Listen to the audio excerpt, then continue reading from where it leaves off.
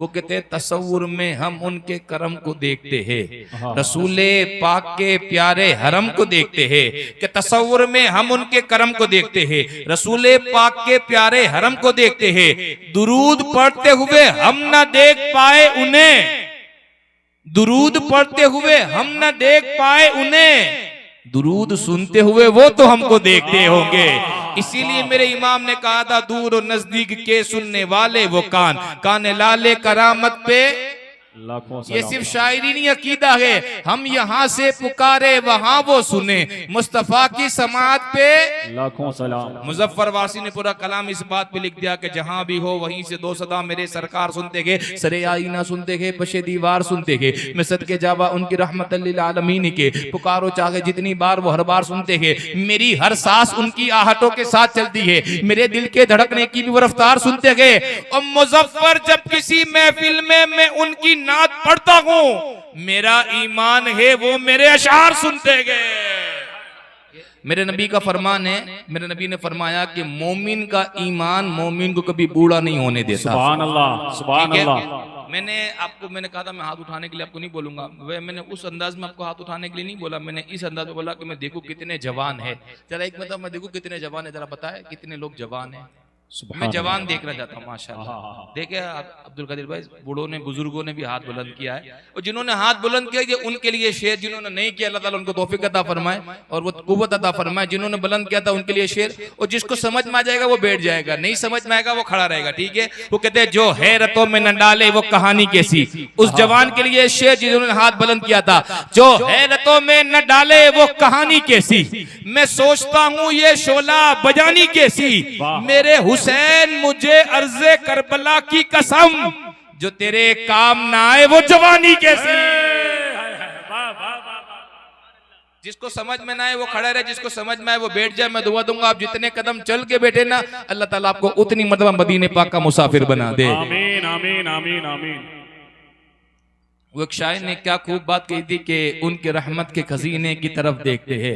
क्या कहना, उनकी रहमत के खजीने की तरफ देखते हैं, मक्के वाले भी मदीने की तरफ देखते हैं। हमको महसूस होती ही नहीं रमजान की प्यास, क्योंकि हम मुहर्रम के महीने की तरफ देखते हैं।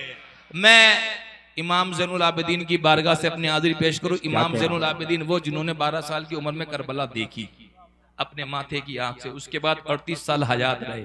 ये मौला अली के सगे पोते, इमाम हुसैन के दूसरे नंबर के बेटे, इमाम ज़ैनुल आबिदीन, जिनसे इमामत चली गई, जिनकी औलाद में गौस, जिनकी औलाद में गरीब नवाज है, जिनकी औलाद में इमाम जाफर सादिक, जिनके सगे पोते हैं। ये इमाम ज़ैनुल आबिदीन जिन्होंने 12 साल की उम्र में करबला देखी, 38 साल हयात रहे, 6 औलादें आपसे चली। उन 38 साल में इमाम ज़ैनुल आबिदीन कभी मुस्कुराई नहीं है। इन 38 साल में कभी इमाम ज़ैनुल आबिदीन ने ठंडा पानी नहीं पिया। एक शायर ने कहा था, तुमने कमाल आबिदे बीमार कर दिया, कितना बुलंद इश्क का मैयार कर दिया। तुमने कमाल आबिदे बीमार कर दिया, कितना बुलंद इश्क का मैयार कर दिया। खुशी मिली अगर कोई बादे करबला, होठों ने मुस्कुराने से इनकार कर दिया।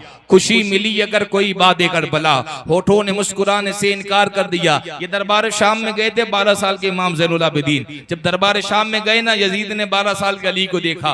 मौला हुसैन ने अपने सारे बच्चों के नाम अली पे रखे। कहा पहला नाम रखा अली अकबर, यानी सबसे बड़ा अकबर। दूसरा अली औसत, दरमियान वाला अली। इमाम ज़ैनुल आबिदीन का ओरिजिनल नाम अली औसत है, दरमियान वाला अली। और तीसरे बेटे का नाम रखा अली असगर, यानी छोटा अली। इमाम हुसैन फरमाते अल्लाह ताला मुझे 1000 बेटे देता ना, मैं 1000 बेटों का नाम अली रख देता।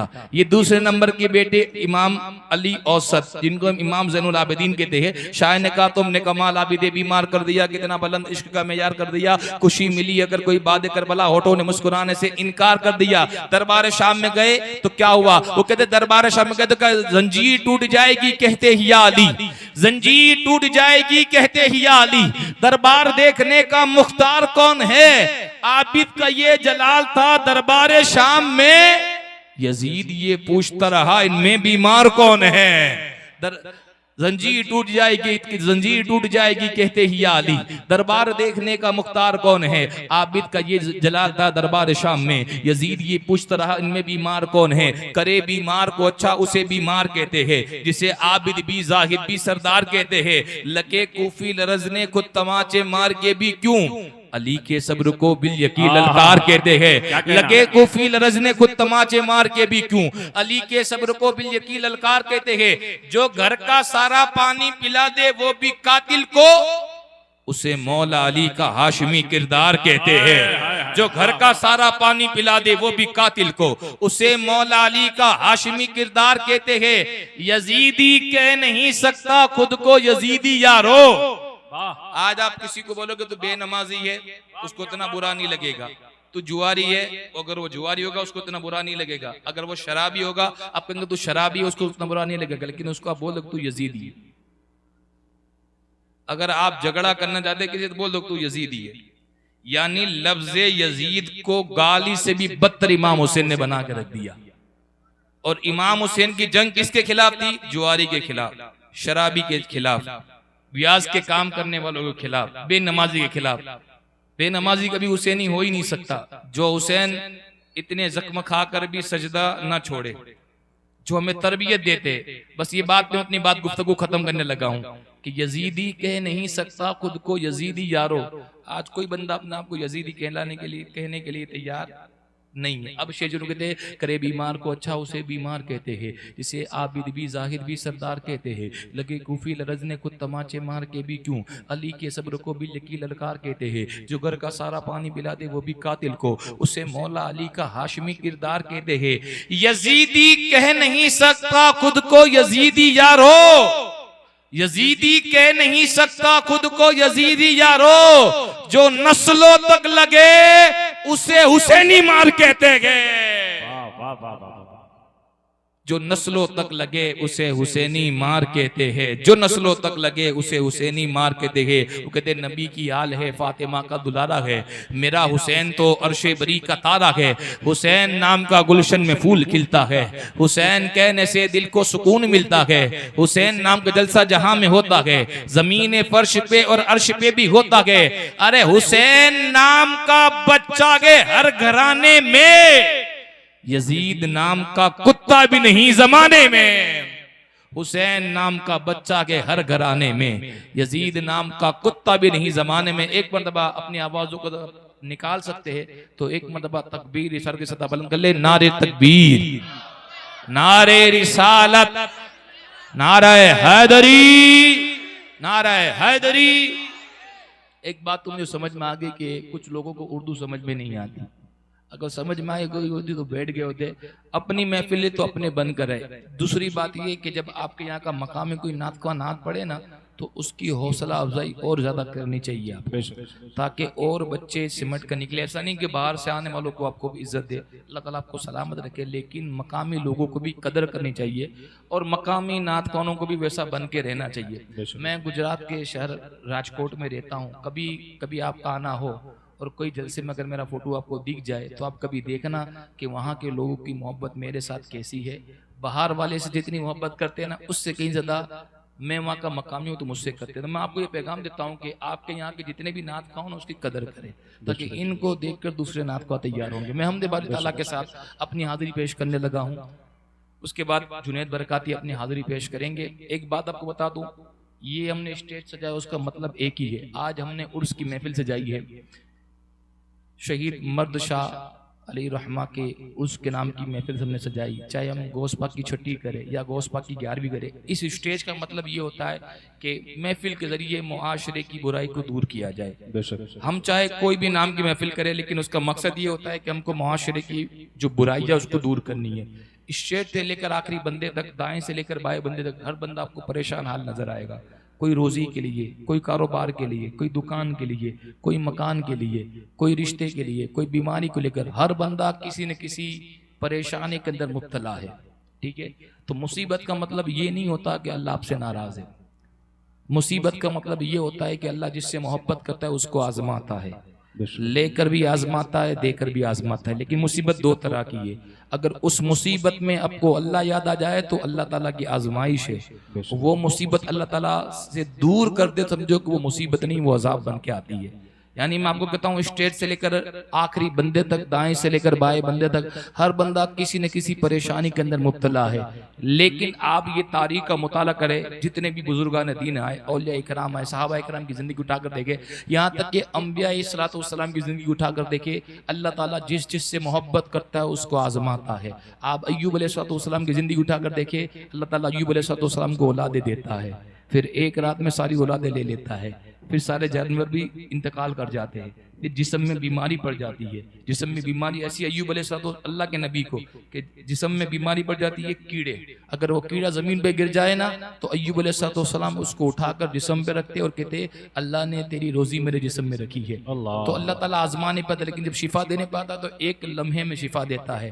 फिर औलाद देने पे आता है तो 93 ईयर्स की उम्र में फिर से औलाद दे देता है। यानी दुनिया आजमाएगी। आपने नहीं देखा आका अलैहिस्सलाम ने जंगे खंदक के मौके पर पेट पर पत्थर मारा, जबकि वो कौनैन के मालिक व मुख्तार है। आप ये देखिए कौसर के मालिक व मुख्तार कौन है?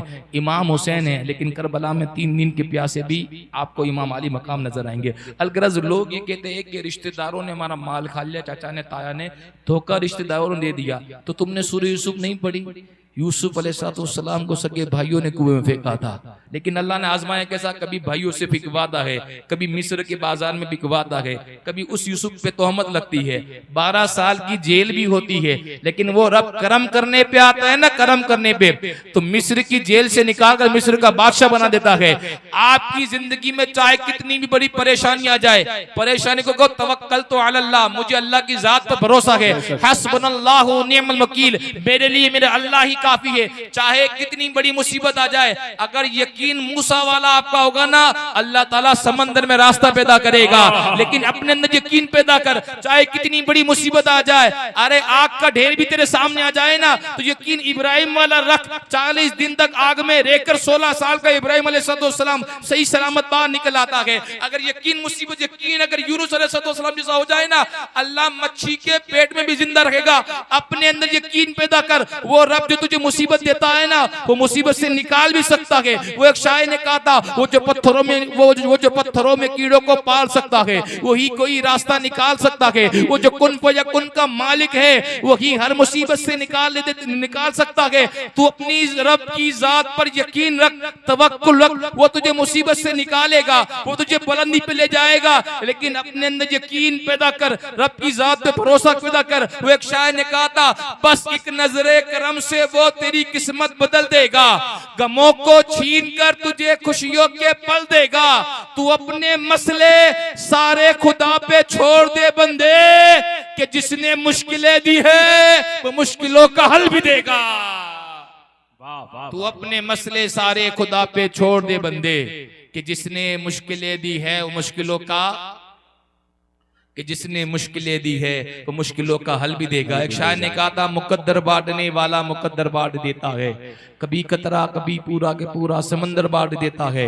मोहब्बत उसको हो जाए तो फिर महबूब की खातिर जमीनों आसमां का सारा लंगर बांट देता है। और हिफाजत उसको करनी हो अपने घर की दुश्मन से, अबाबीलों के लश्कर में वो कंकर बांट देता है। आइए बिला ताकीर, मैं वक्त काफी ज्यादा हो चुका है, हमदे बारी ताला के बाद बिला ताकीर मैं जनाब जुनैद बरकाती साहब, जो माशाल्लाह डायरेक्ट मदीना शरीफ से डायरेक्ट आपके यहाँ आए, उसकी आंखों का नूर तो देखो जिसका देखा हुआ मदीना है। तो मैं ऐसे सना खान मुस्तफ़ा जिनका ताल्लुक राजस्थान के चित्तौड़ शहर से है, लेकिन अभी अभी ये 35 दिन का सफर करके मदीने शरीफ से आज ही आए और आज ही डायरेक्ट आपके सुल्तानपुर में हाजिर है। तो मैं चाहूंगा कि एक मदीने शरीफ की याद में भी कलाम सुना दे, और वो जो चाहे वो कलाम सुनाएंगे इंशाल्लाह। बिला ताकीर इस्तेकबाल कर ले जुनैद बरकाती साहब का। मेरी वालिदा मुझे एक नसीहत देती है कि जब कोई बंदा मदीने शरीफ से आए ना तो उसकी आंखों में देखना चाहिए। बोले मैं पूछा क्यों? कहा इसलिए कि उसने मेरे आका का रोजा देखा है। सुभान अल्लाह।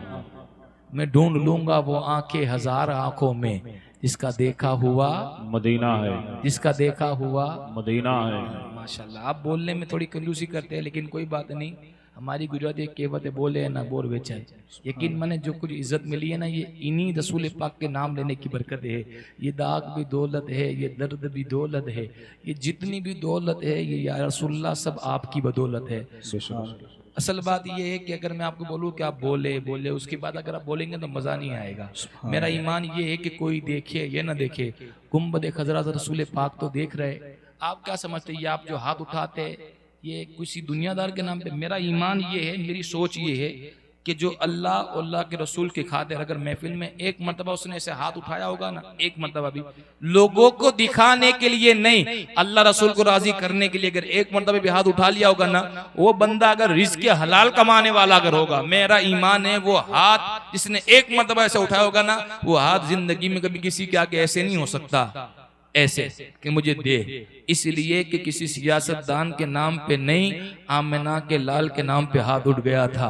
अब ये हाथ अल्लाह रसूल की रजा के खातिर अगर उठा होगा ना, वो हाथ जिंदगी में किसी का मोहताज हो ही नहीं सकता, क्योंकि हुसैन के नाना के नाम पे ये हाथ उठ गया है। तो मैं दुआ करता हूं कि अगर आपका दिल के लोगों को दिखाने के लिए नहीं, बल्कि इस नियत से हाथ उठाए कि या रसूलुल्लाह मैं आपके नाम पे हाथ उठाऊं ना, या अल्लाह मैं तेरे महबूब के नाम पे हाथ उठाऊं ना, मेरे इन हाथों को हराम कामों से बचा ले, ये हाथ जिंदगी में किसी के मोहताज ना हो। इस नियत के साथ जब भी आप हाथ उठाए तो इस नियत के साथ उठाए। अब आइए बिला ताकीद मैं आपको जुनैद बरकाती के हवाले करने लगा हूं इस शेर के साथ कि मौत आए मुझको मदीने में, वो भी रमजान के महीने में। अल्लाह ताला उसके नसीबे बुलंद फरमा दे जो बोले मदीने में। जो जितना ऊंचा बोले अल्लाह ताला उसके नसीबों को उतना ऊंचा कर दे कि मौत आए मुझको मदीने में, वो भी रमजान के महीने में, रमजान